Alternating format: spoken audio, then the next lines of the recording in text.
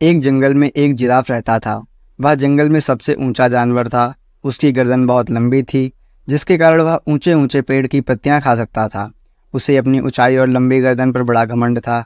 जब भी वो मैदानों की घास चरते जानवरों को देखता तो उनका मजाक उड़ाता और उन पर हंसता था। एक दिन जंगल में 3 जंगली भैंसे भोजन की तलाश में घूम रहे थे।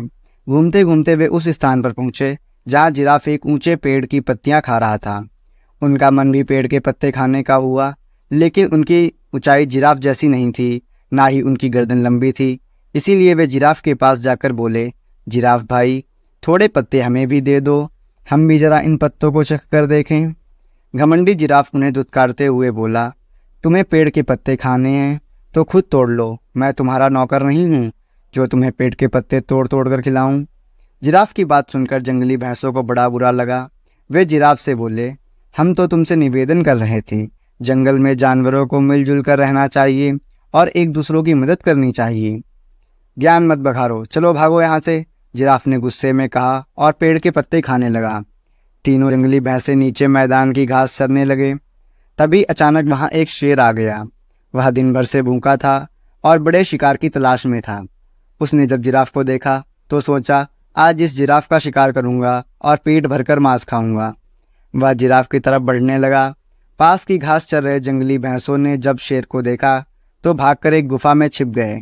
पेड़ के पत्ते खाते जिराफ का ध्यान शेर की तरफ नहीं था। जब शेर जिराफ के पास पहुंचा और जोर से दहाड़ा, तब जिराफ ने उसकी तरफ देखा। डर के मारे उसकी घिघी बंध गई। वह मदद की गुहार लगाने लगा। पास ही गुफा में छिपे जंगली भैंसों ने उसकी गुहार सुनी। एक भैंसा बोला, इस घमंडी जिराफ का यही अंजाम होना चाहिए।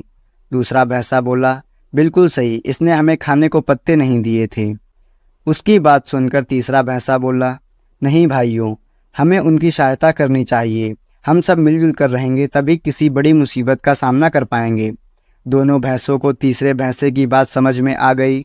तीनों ने जिराफ की सहायता करने का फैसला किया और गुफा से बाहर निकलकर शेर की तरफ बढ़ने लगे।